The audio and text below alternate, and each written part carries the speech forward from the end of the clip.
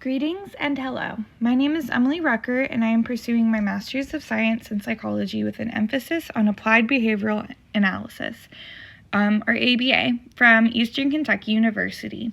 I have pictured a building from said university below.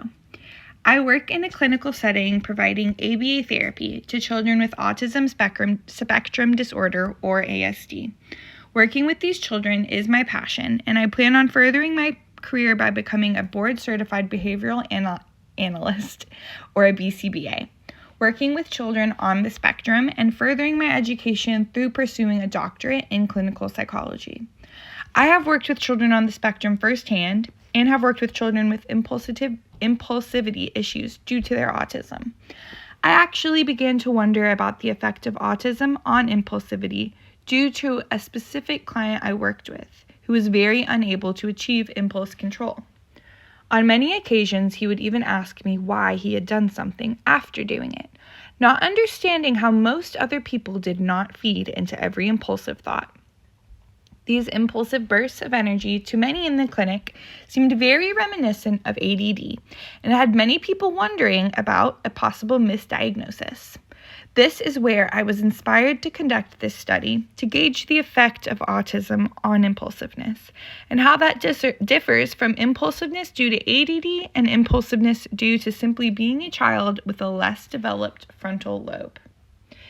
Impulsivity in children with autism spectrum disorder can oftentimes be misdiagnosed as a symptom of ADD, especially in boys who tend to present these symptoms of autism more outwardly, in a way that may seem reminiscent of ADD.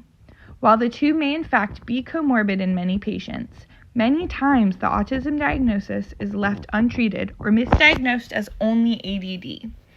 Studying the effect of autism on impulse control in children can aid in these misdiagnoses and will help in treating deficits on impulse control, which can in turn aid in improving their quality of life as well as the quality of life of their families. These misdiagnoses can be detrimental to these children and their families, as the treatment for each is very different due to the different behavioral causes of the symptoms.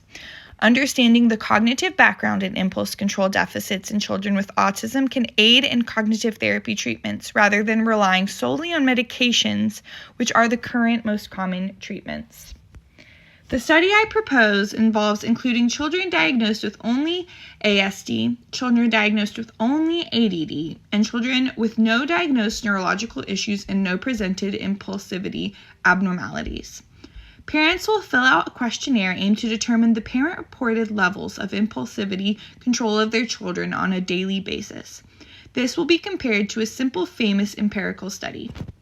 Each child will be presented with a marshmallow and told to wait until the presenter returns to eat it, so they will receive an additional marshmallow. The time they wait to eat the first marshmallow, or if they eat it at all, will be recorded and compared to parent reports to gauge impulsivity levels of each child.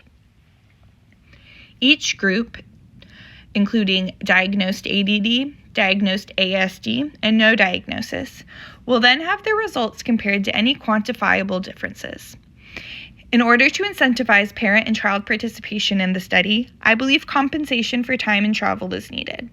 In addition, educating parents on the importance of research in aiding their children's treatment and quality of lives may also incentivize parents in participating in this simple study.